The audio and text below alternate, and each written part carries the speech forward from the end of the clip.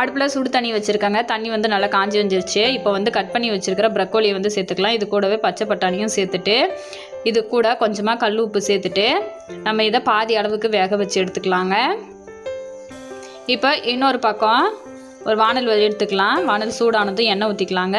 எண்ணெய் சூடாகி வந்ததும் சின்ன வெங்காயம், பூண்டு, ஒரு பச்சை மிளகா உடச்சி விட்டு சேர்த்துக்கோங்க. சேர்த்துட்டு இது கூடவே இஞ்சி சேர்த்துக்கலாங்க. சேர்த்துட்டு இதெல்லாம் வதக்கி விட்டுக்கலாம். 3 மீடியம் சைஸ் தக்காளியை வந்து சேர்த்துட்டு இப்போ தக்காளியும் வதக்கி விட்டுக்கலாம். இதெல்லாம் நல்லா வதங்கி வந்ததுக்கப்புறமா துருவி வச்சுருக்கிற தேங்காவை சேர்த்துக்கலாங்க.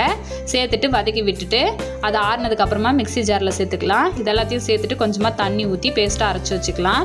இப்போ கிரேவி செய்கிறதுக்காக ஸ்டவ் ஆன் பண்ணிட்டு ஒரு கடாயில் எண்ணெய் ஊற்றி வச்சுருக்காங்க. எண்ணெய் சூடானதும் 2 கிராம்பு, 2 ஏலக்காய், ஒரு பட்டை இதெல்லாத்தையும் சேர்த்துட்டு கூடவே பொடியாக கட் பண்ணி வச்சுருக்கிற வெங்காயமும் சேர்த்து வதக்கி விட்டுட்டு நம்ம அரைச்சி வச்சுருக்கிற மசாலாவும் சேர்த்து வதக்கி விட்டுக்கலாங்க. மசாலாலாம் நல்லா பச்சை வாசனை போகிற அளவுக்கு வதக்கி விட்டுட்டு 2 டேபிள் ஸ்பூன் காஷ்மீரி மிளகாத்தூள், 2 டேபிள் ஸ்பூன் தனியாத்தூள், 1/2 table spoon garam masala, 1/4 table spoon மஞ்சத்தூள் இதெல்லாத்தையும் சேர்த்துட்டு அதோட பச்சை வாசனை போகிற அளவுக்கு வதக்கி விட்டுடலாம். வதக்கி விட்டதுக்கப்புறமா இப்போ இந்த கிரேவிக்கு தேவையான அளவு தண்ணி வந்து ஊற்றிக்கலாங்க.